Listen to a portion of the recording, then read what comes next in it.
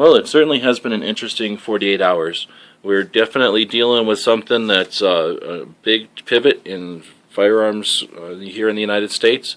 We're dealing with the ATF making a decision or changing their position on the interpretation of the law. So let's take a look at what we're talking about here. Specifically, we're talking about the 5.45 by 39 caliber ammunition, the stuff that's designed to be shot in the AK-74 rifle. Typically comes packaged in a paper package in a metal tin inside of a wooden crate, and it's been very economical stuff for many years now.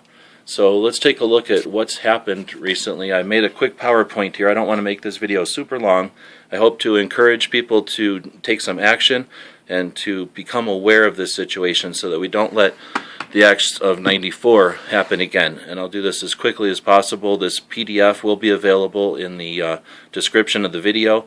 We encourage people to leave comments, start discussions, leave links. Let's use what we've got as far as social media to do something this time instead of just watching it happen. Of course, I'll put a disclaimer out there. I'm no attorney. I'm just offering this as an aid to let people do their own research, and we encourage you to do so and then share that with others.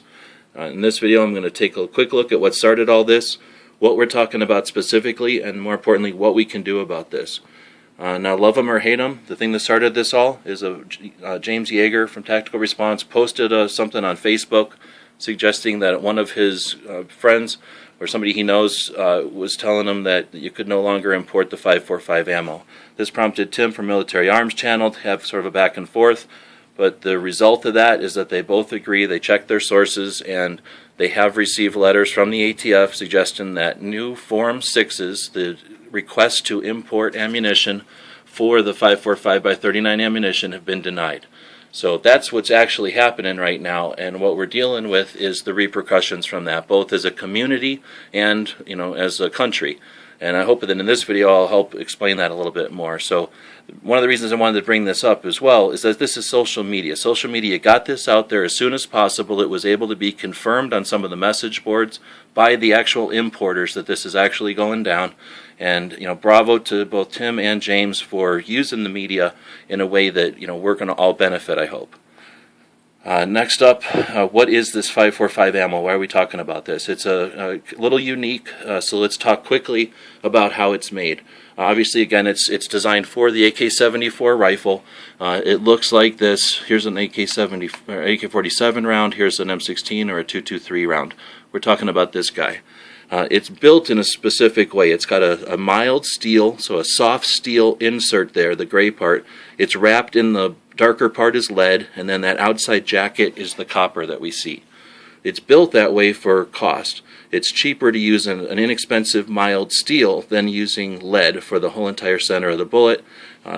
It's really not meant for armor piercing. It was meant more for anti-personnel, anti-people.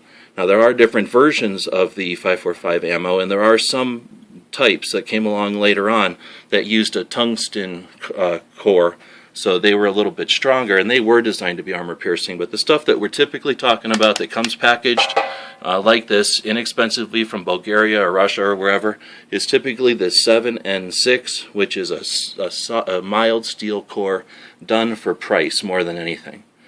That's what it is. Now, what is armor piercing ammo? We have federal laws that define things like firearms and ammunition, and according to federal law, Section 18 of U.S. Code, subsection 921, paragraph A, Section 17, the definition of armor piercing is here. The important parts from it is it says that it has to be, that the parts that we're worried about or concerned about is that it becomes armor piercing when it can be used in a handgun. It has a certain amount of its core weight ratio to the jacket, and then the caliber, 22 or larger. Some of these definitions, again, I'm not going to rehash. You can get all this information online.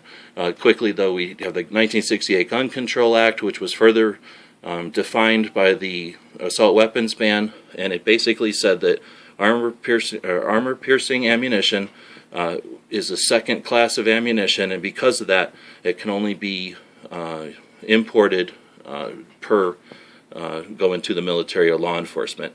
And that's what's at issue here. They're saying that this soft, mild core ammo is now armor piercing, and what that really means is that it can't be imported.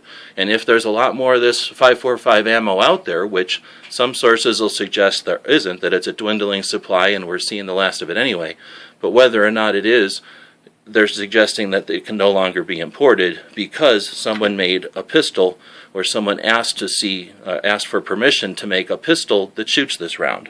So because of multiple laws that were set up, the ATF is able to leverage them against each other, and the result is no more inexpensive ammo for us, the shooters. So who can own this armor-piercing ammo? We know where the definition comes from, or briefly what the definition is. Who can own it? Well, the short answer is anybody can own it. Anyone who's not an FFL can own, sell, buy, and shoot this stuff. The only people that can't, according to federal law, are FFLs, so people that are licensed by the feds to either buy, sell, create, or import rifles and ammunition. So that's, again, necessary for the discussion here to know what's going on. Now, why is this all this background for? Well, in 1994, the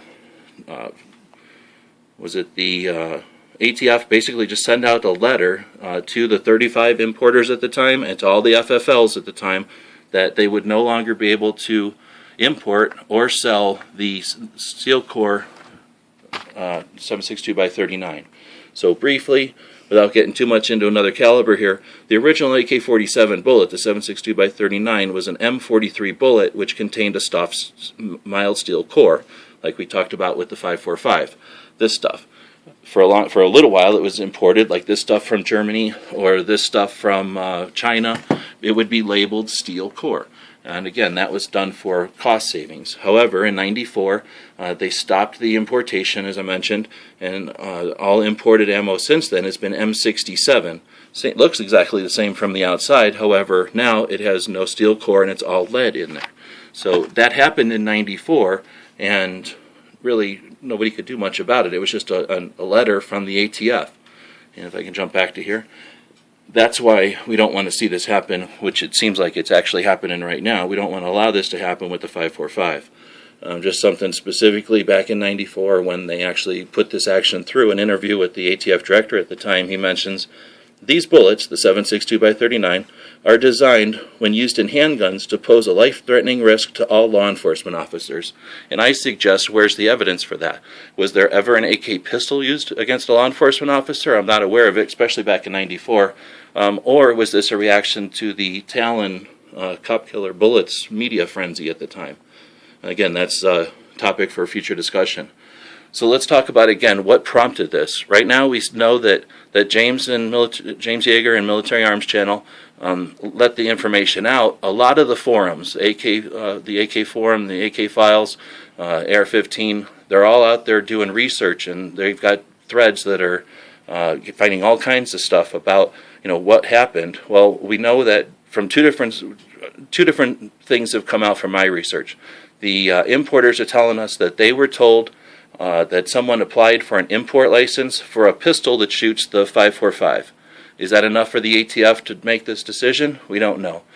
Other people in the forums are suggesting that someone built an AK-74 pistol. Well, that we know has been done before, and there's some speculation on some, but some that are easy to research are the Robinson XCR. They make a pistol that's been available in 5.45x39 on their website for quite a while. We know that JBI has been making pistols for quite a while, and there's forum posts that have been up for years on that. Horn's Custom Rifles, I shot one of those AK-74 pistols back in 2010, so I know those have been around for a while as well. So that's one of the things it's out there on the forums now, is people either blaming that importer for suggesting he wants to bring one in, or blaming the people that have already built these and put them for sale. I'm not sure what to tell you there. Again, I've shot one. They do exist. I don't see why 4 to 6 years later they're coming after the ammo importation on something that's been available on the retail level for many years. So again, we have to speculate. Now, where does this go? What about the Thompson Contender, a pistol that's designed to shoot rifle cartridges? Does that mean that any rifle cartridge that could potentially be chambered for the Thompson Contender, if there's a steel version of it, is no longer importable? What does that mean for people that are trying to build future rifle or future pistols like a Thompson Contender? Why would you bother if you think you might be creating a distress on the importation market? So, what am I trying to prove with this video? Nothing. I'm just trying to get the word out there. What did the ATF do yet? Nothing. I don't want to create hype. We don't need panic buying. Unfortunately, most of the 545 is gone. One of the reasons that I prompted to make this video, the reason I was so interested in it, is hundreds of thousands of rounds of ammunition were sold overnight. We saw this happen slowly with the 22, with the hype during the 2012 elections, but this was something pretty amazing. So nothing really happened, yet all the ammo's gone. What is the ATF going to do? We don't know. There's got to be people out there that have contacts, that have the ability to set up interviews. Let's find out what happens. Let's get something from the ATF before we react too quickly. And then does the armor piercing definition even apply? We know that they've yanked the Form 6 submissions, or they denied the Form 6 submissions, but does that mean that that's written in stone? Does this actually apply? Depending on who you talk to, the diameter of the round or the bullet is either taken at the inside of the rifling or the outside of the rifling, and that can make a difference on something like this 545, because depending on which you measure, it's either 0.214 or 0.221, and since the legal definition is 0.22, we're talking about potentially 0.001 of an inch being whether or not this thing can be imported. So crazy facet to it there. But again, we haven't heard anything, so I don't know what to tell you to do. I'm not trying to suggest you do anything. I just want this to be a call of arms. On our part, we're going to be taking a deeper look at the 545 ammo, something I personally just, I'm not an expert on. I've been aware of it, but now it's obviously perked my interest a lot more, especially since I don't want to see a repeat of 94. We did make this quick PowerPoint up. This will be available in the comments or in the description of this video. Please leave us comments. Let's keep the discussion going. We can use all the resources at our disposal. It's ours to lose at this point. We want you to encourage you to be a part of the economy, build an AK, build an AR. Thank you for checking out stuff like this. We'll post it on our websites. We always thank you for your support. And as always, thanks for watching.